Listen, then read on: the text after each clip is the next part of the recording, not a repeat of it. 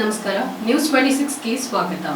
ರಾಜ್ಯದ ದೀರ್ಘಕಾಲ ಮುಖ್ಯಮಂತ್ರಿಯಾಗಿ ಇವತ್ತು ಮೈಸೂರು ರಾಜ್ಯಕ್ಕೆ 1973ರಲ್ಲಿ ಕರ್ನಾಟಕ ಅಂತ ಹೇಳಿ ನಾಮಕರಣ ಮಾಡಿದವರು ಯುವರಾಜ ಅರಸರು. ಏಕೀಕರಣ 1956ರಲ್ಲಿ ಆದರೂ ಕೂಡ ಯುವರಾಜ ಅರಸರು 1973ರಲ್ಲಿ ಮೈಸೂರು ರಾಜ್ಯಕ್ಕೆ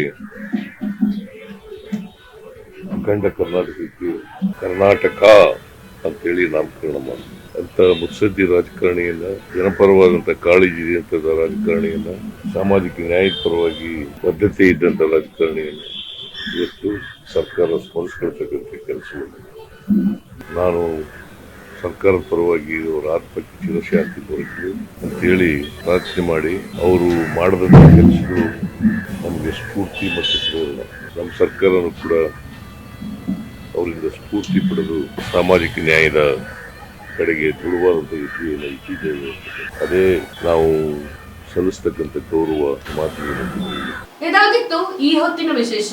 ಇನ್ನಷ್ಟು ಸುದ್ದಿಗಾಗಿ ನೋಡ್ತಾ ಇರಿ ನ್ಯೂಸ್ 26 ಕನ್ನಡ. ನಾವು ನಿಮ್ಮೊಂದಿಗೆ.